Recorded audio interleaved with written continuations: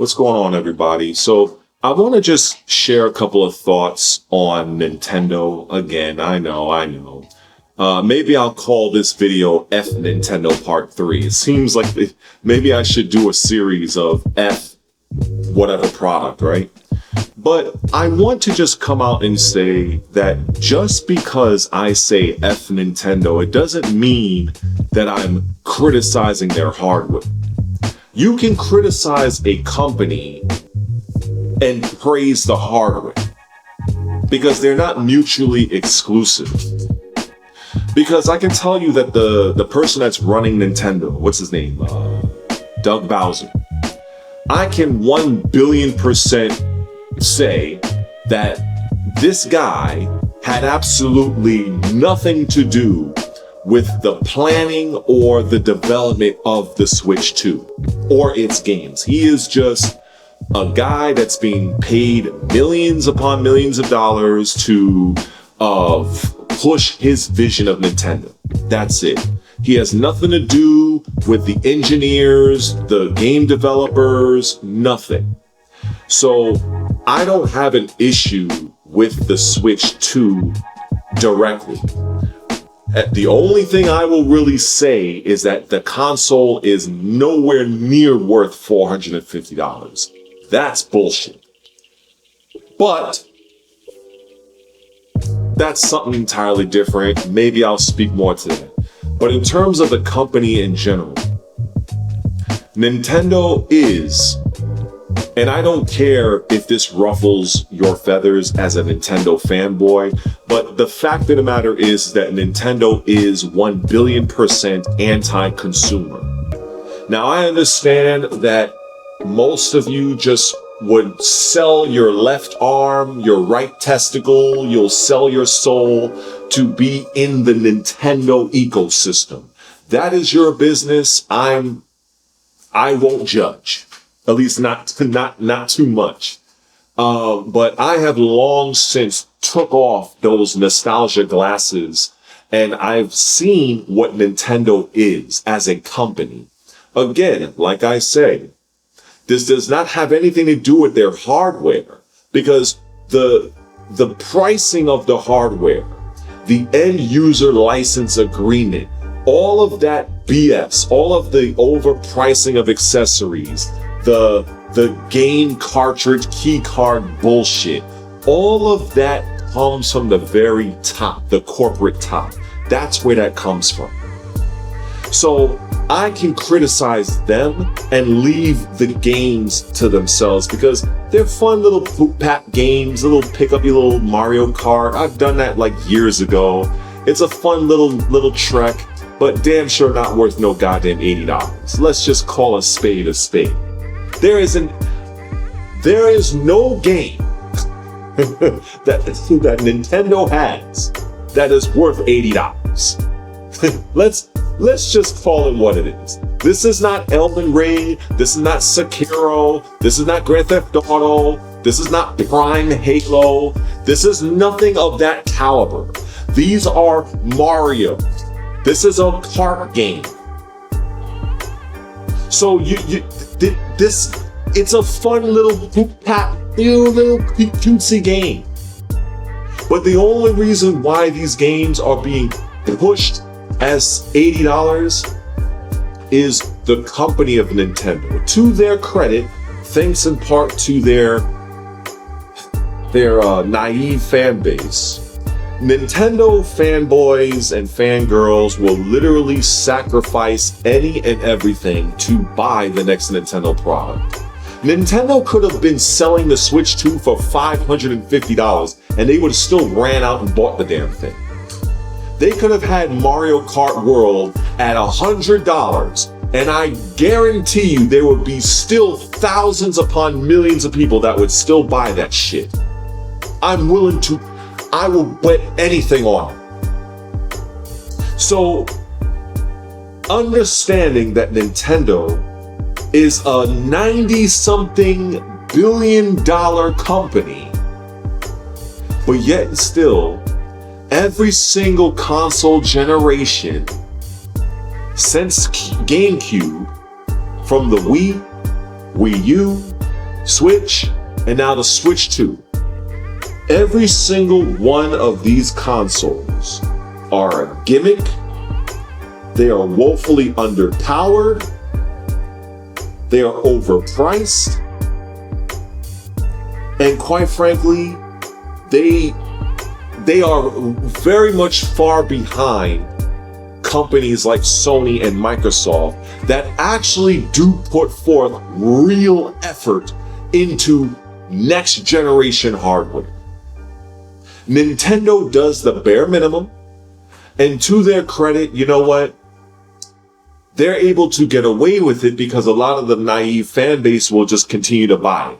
It's like going to a restaurant and the people keep undercooking your food. They don't bring your order properly. They have very bad customer relationships, but yet still you keep going to that restaurant and giving them your money. So what ends up happening is that restaurant is like, why should we even bother to improve when these dumb are going to keep coming to our restaurant and buying the shit anyway?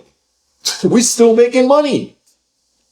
So this is the reason why Nintendo will never change. This is the reason why they basically tell you what you can and cannot do with your digital purchases. This is why they're able to shut off your console and brick it. Now let's be clear, because I've known many people in my comment section that will actually say this and will say, well, did you bother to look at the Microsoft end user license agreement? Yes, I have. And you know the funny thing about the Microsoft end user license agreement is that while Microsoft can brick your Xbox, they're not. At most, Microsoft will ban your account.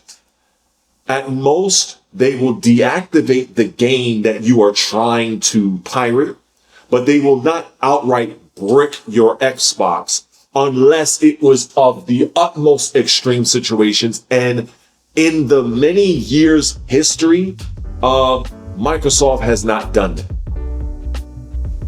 So I'm well aware of the Microsoft user license agreement.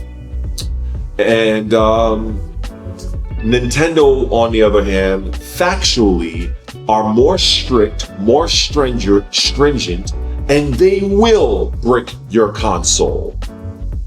At the very moment that they suspect something is going on. It doesn't even have to be that you're outright pirating something. It could be up to Nintendo's discretion that, what is Mike doing on his Xbox? I don't know. Let's brick it.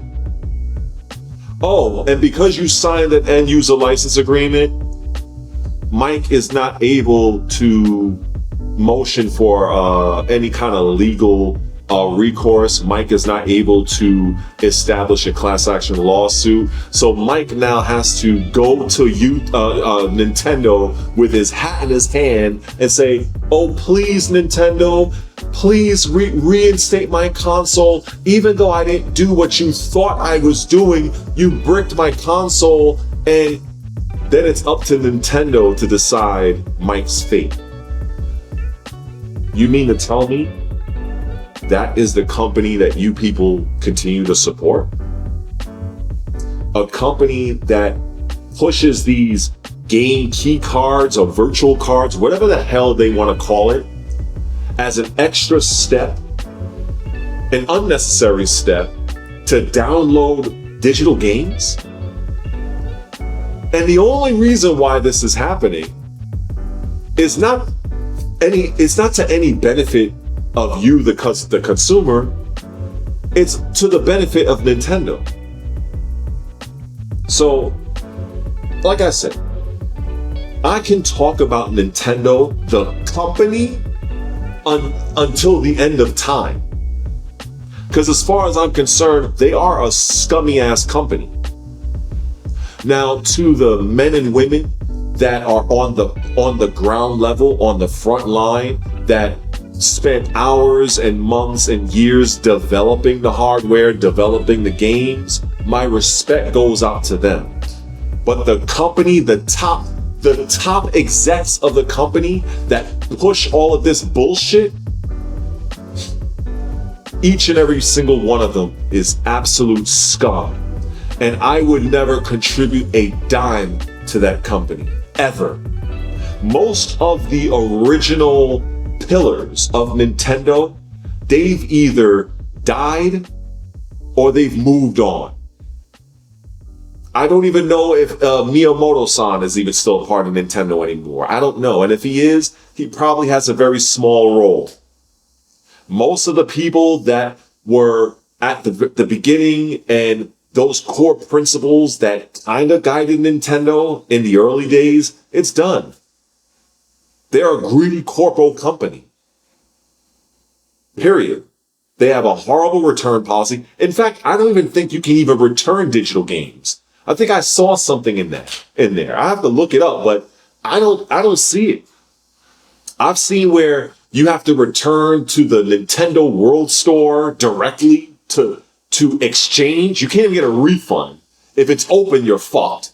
Like it is absolutely preposterous to me how people, grown men and women. Now, I don't blame the children because they don't know no better.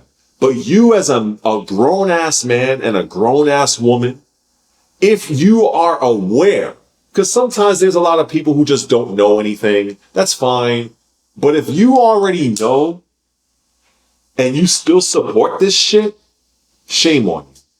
Shame on you, because you people are the very ones that keep that Nintendo mindset, that ideology, that corporate structure alive, to where they don't change, to where they do not become more pro-consumer. Not even a little bit. Not even a little bit. So I hope you guys are enjoying your Switch 2, because based on what I've been seeing on my YouTube feed, there are many people that seem to be not so happy. And there's quite a bit of controversy I'm seeing surrounding that. But you know what? I'll probably make a video on that later. But as far as I'm concerned, as a company, the top executives,